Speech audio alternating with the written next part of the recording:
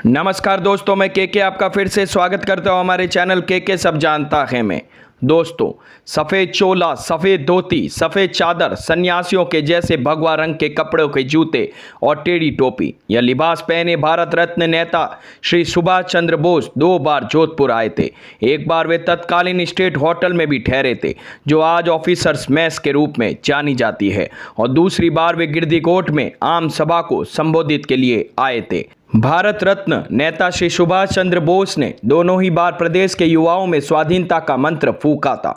स्वतंत्रता सेनानी और राजस्थान स्वाधीनता सेनानी समिति के समन्वयक महावीर प्रसाद व्यास बताते हैं कि उन दिनों सर्दियों का मौसम चल रहा था, शाम हो रही थी, लेकिन हम आज़ादी का सूरज उदय होने का संदेश आत्मसात करते हुए नेताजी के चेहरे को निहार रखे थे।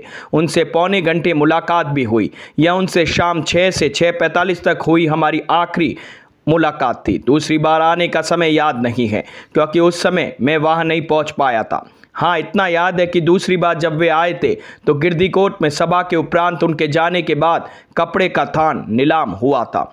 व्यास ने बताया, अंग्रेजों के ज़माने में किसी का नेताजी से मिलना किसी अपराध से कम नहीं होता था, लेकिन नेताजी का सम्मोहक व्यक्तित्व ही ऐसा था कि हम उनसे मिले बिना नहीं रह पाए।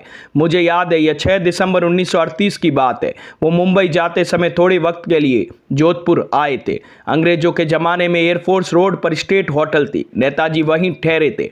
उनके कार्यक्रम को बिल्कुल टॉप सीक्रेट रखा गया था। उस वक्त में 13 साल का था, 7वीं कक्षा में था। जसवंत कॉलेज में द्वितीय वर्ष में अध्ययनरत मुझसे 5 साल बड़े छात्र नेता भाई तारका प्रसाद व्यास उनसे मिलने जाते समय मुझे अपने साथ ले गए थे। उन्होंने बताया, जब स्टेट होटल के गेट पर पहुंचे तो वहां अंदर नहीं जाने दिया गया।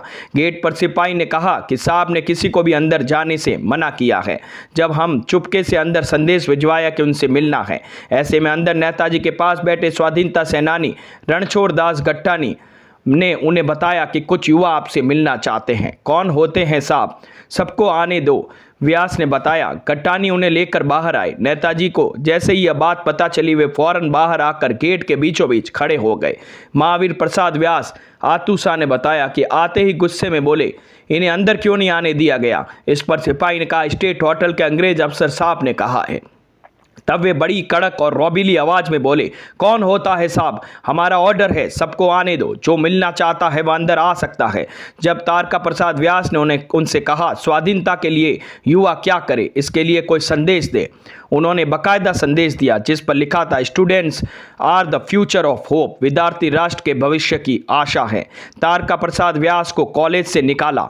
व्यास ने बताया, यह घटना इतनी यादगार और स्पष्ट थी कि मेरे मानस पटल पर अंकित हो गई थी। इसके बाद मैंने यह तारीख रट ली और याद कर अपनी डायरी में भी लिख ली। इनका संदेश हैंडबिल के रूप में छपा था। नेताजी के संदेश के आधार पर तारका प्रसाद ने कुछ पैम्पलेट छपवाकर जसवंत कॉलेज के छात्रों में बांट दिए। नतीजा यह हुआ कि जैसे ही अंग्रेजों को यह पता चला, उन्होंने संदेश में यह पैम्पलेट युवाओं में बांटे हैं। तारका प्रसाद व्यास को कॉलेज से निकाल दिया गया। तो दोस्तों, कैसी लगी मेरी ये जानकारी? अगर मेरी ये वीडियोस आप लोगों को पसंद आते हैं तो प्लीज़ लाइक, शेयर, सब्सक्राइब करना ना भूलें, और हाँ, कमेंट करना भी ना भूलें। धन्यवाद।